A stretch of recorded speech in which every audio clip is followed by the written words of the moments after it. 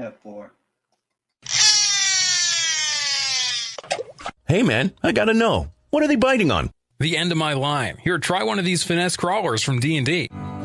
D&D baits are top quality baits in a large variety of colors and styles. D&D baits have been proven to work better than the national brands in the waters here in the Pacific Northwest. They create their baits custom to the water conditions. D&D makes the baits no one else will have. Catch D&D baits on Facebook. Land more fish. What's up, everybody? Welcome to the Fuller Broadcast 24/7 Sports News, live interviews, and mania coverage.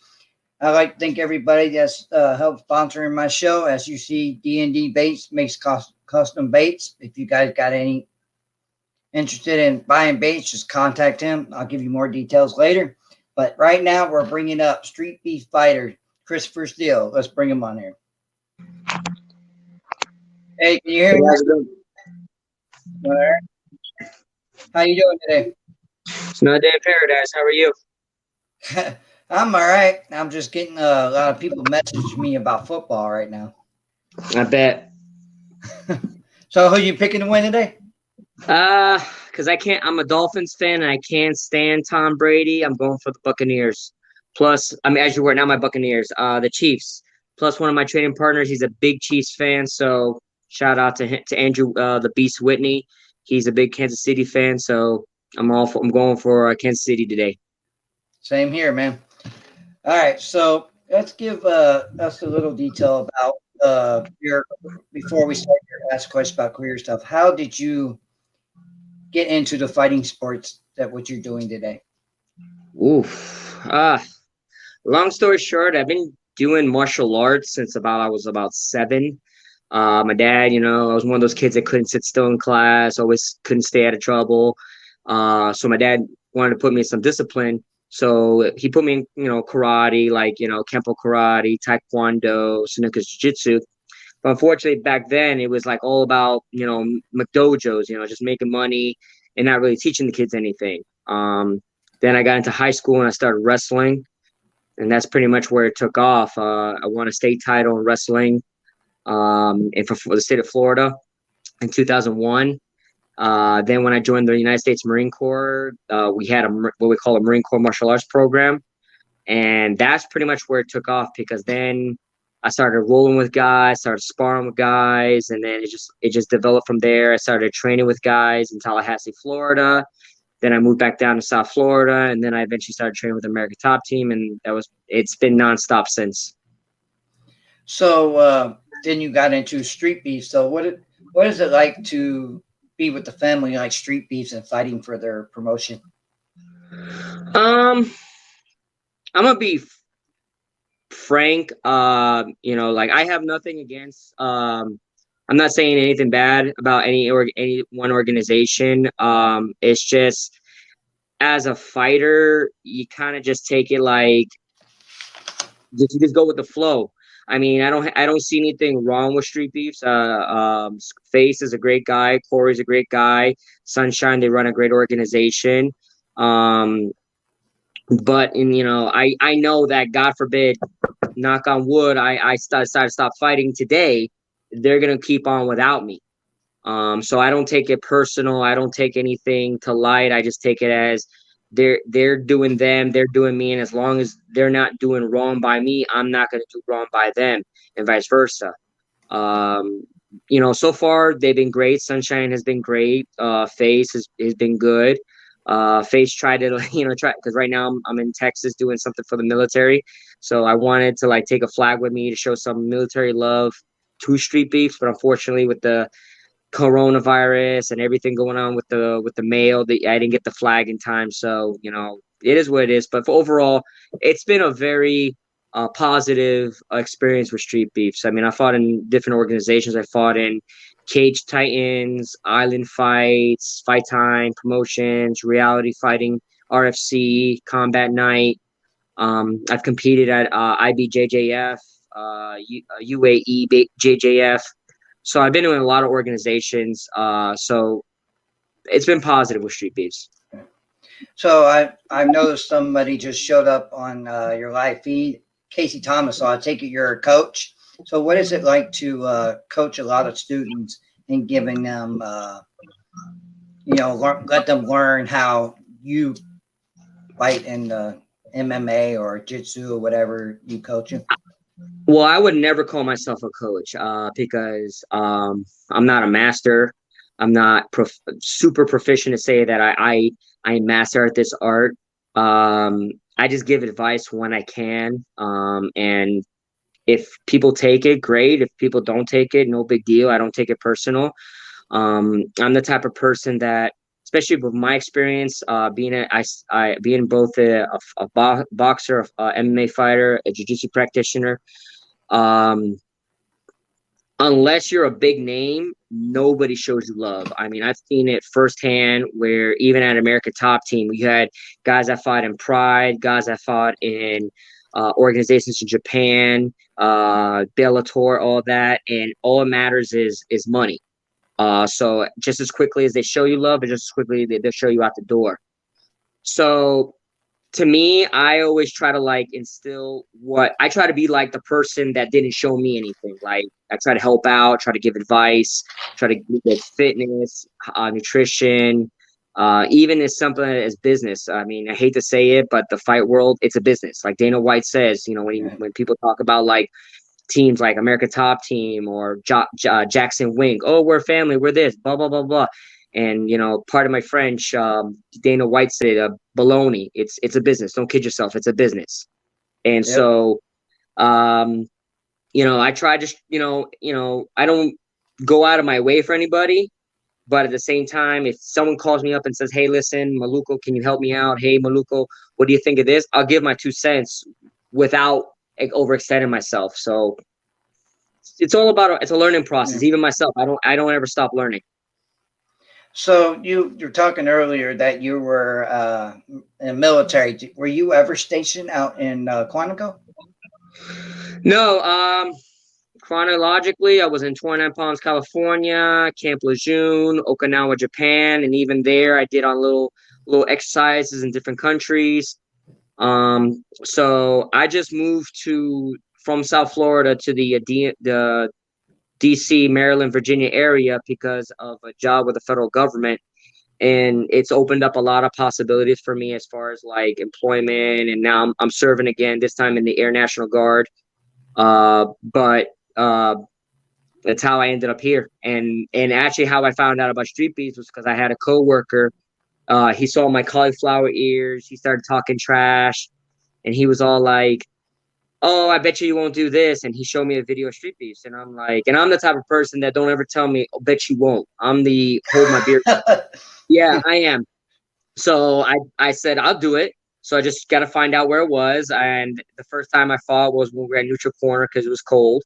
And it was the first time I did a boxing and MMA match that day at Street Beefs for the first time, almost under 2 years ago. So, see, the reason why I asked you about that question, I used to be a manager on Quantico Marine Base at the chow house. So I thought maybe I see you coming in and out. So I was there for about 3 years.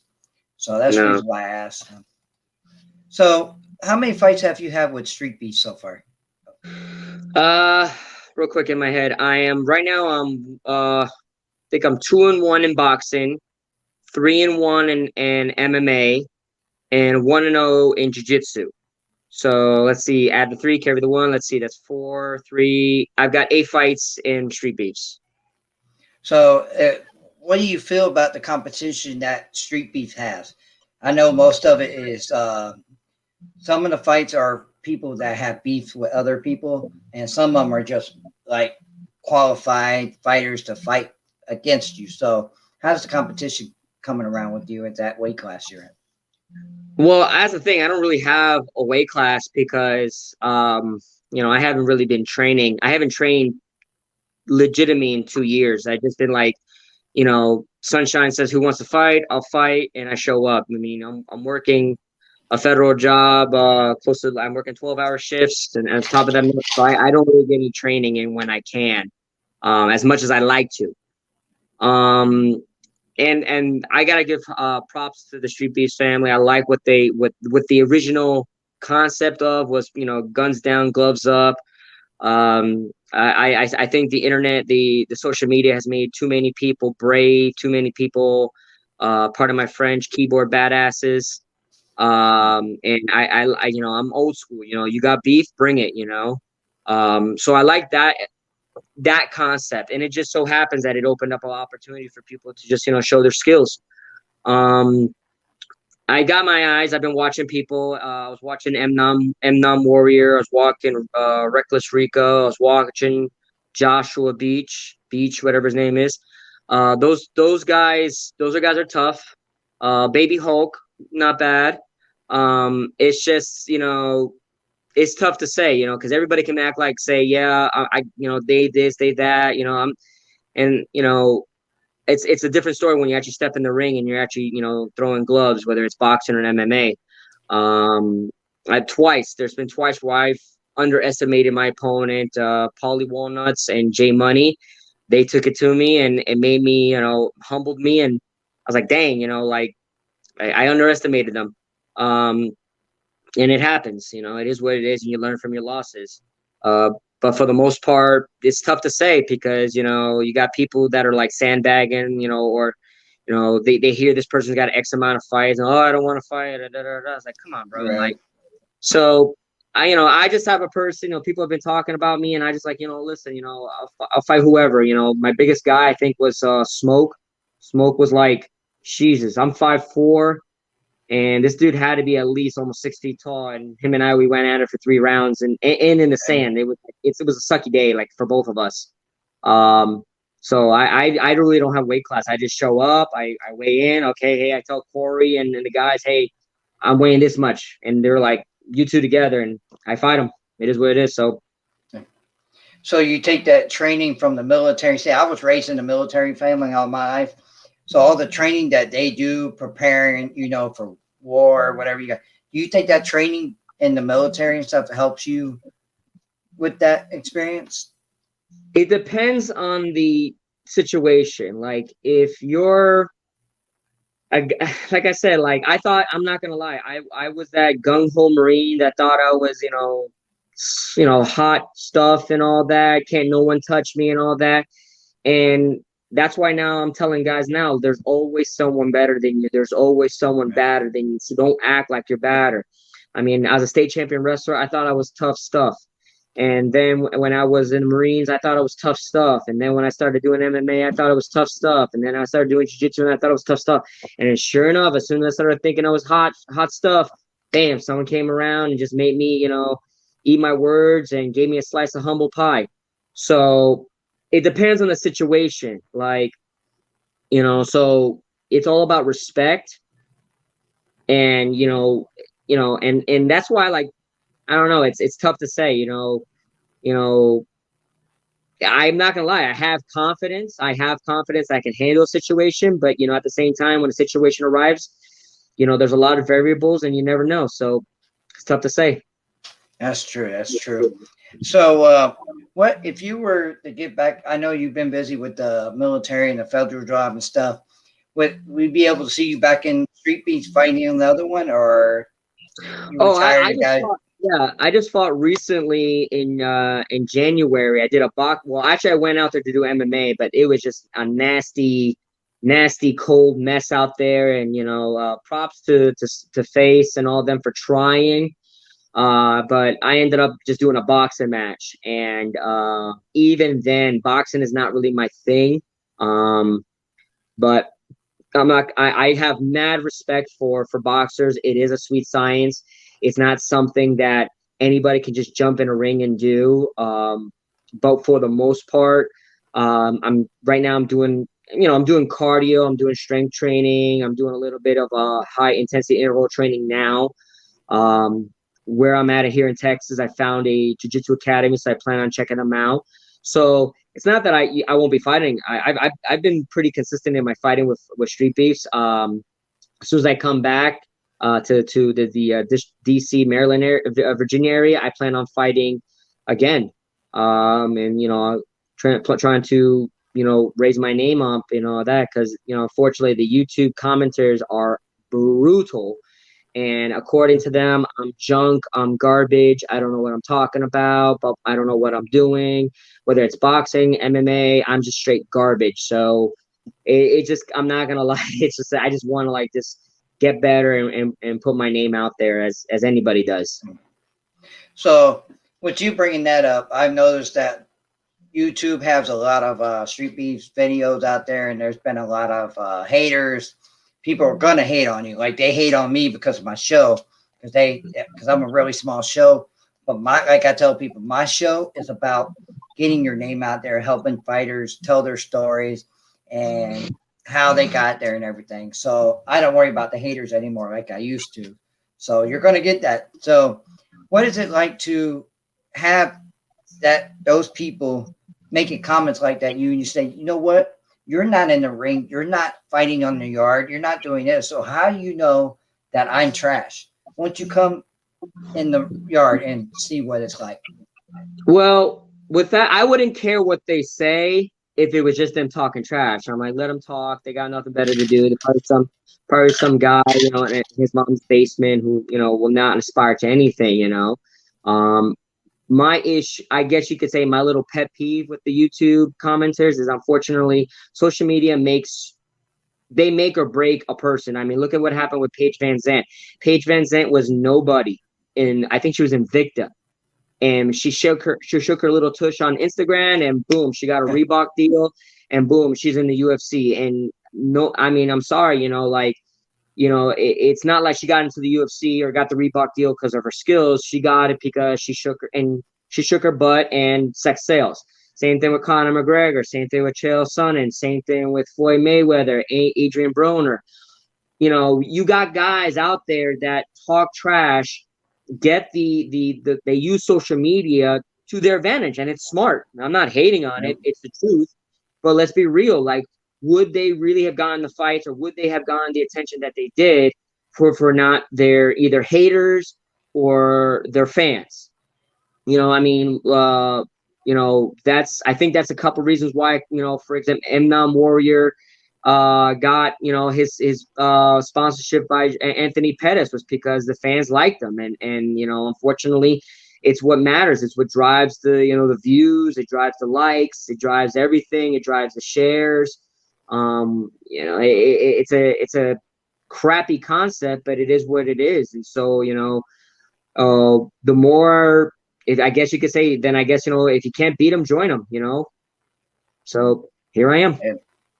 So you were just talking about Paige shaking her butt and everything. I agree with you with that. It's like Dave Feldman when he signed her to bare knuckle fighting. She was not ready for that. She's just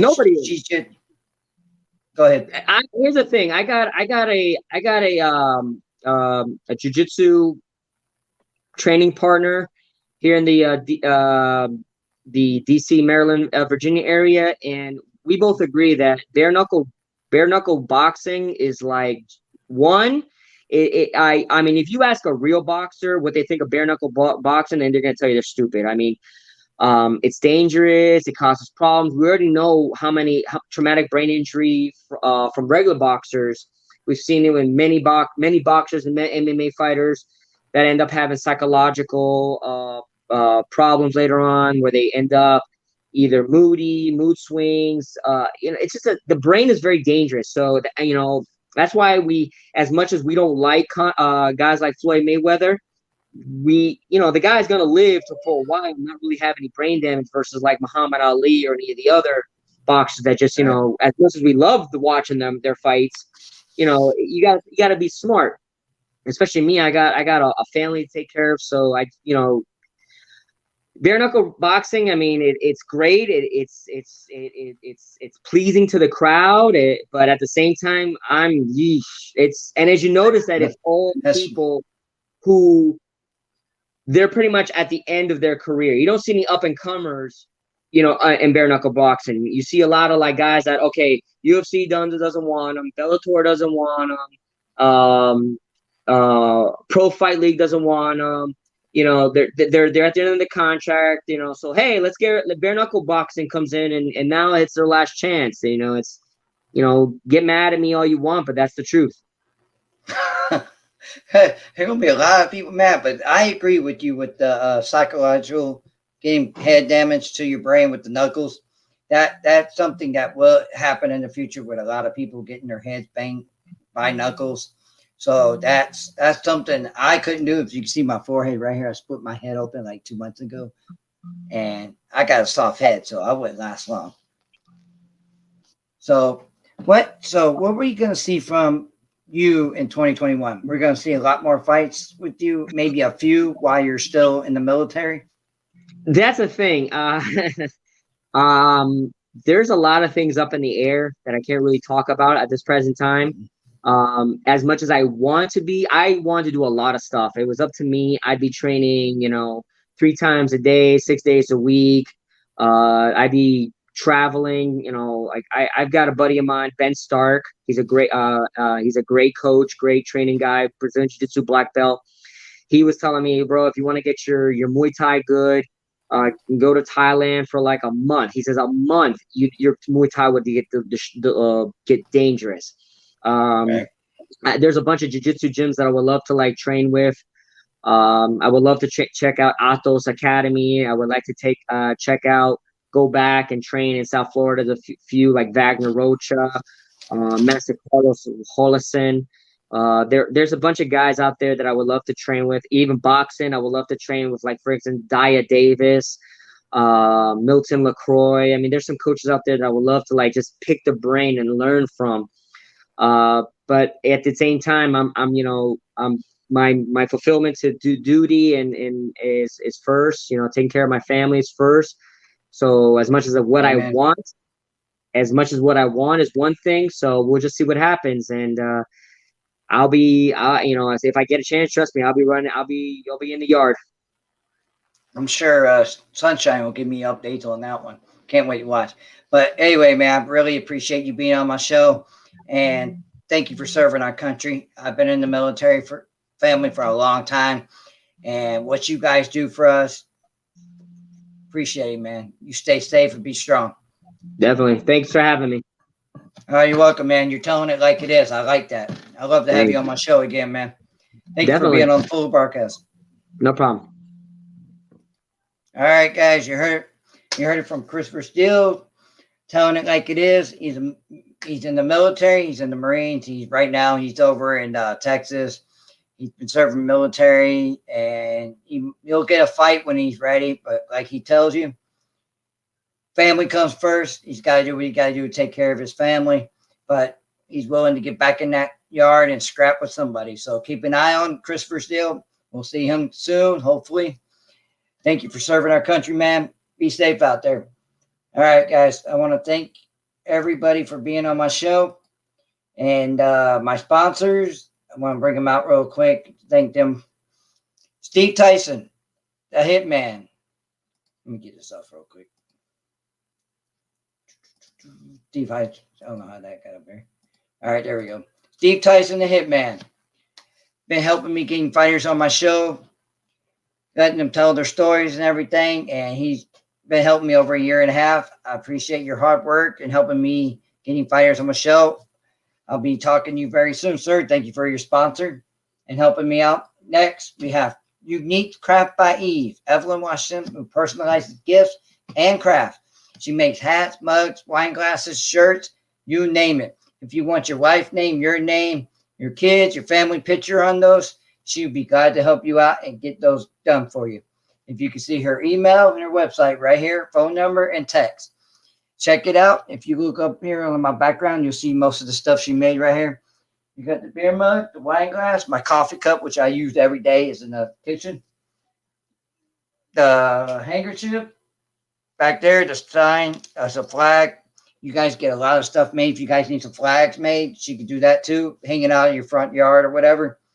So appreciate her helping me out. Also, D&D Baits. If you look right here on your right-hand corner or left hand, whatever side you guys are on.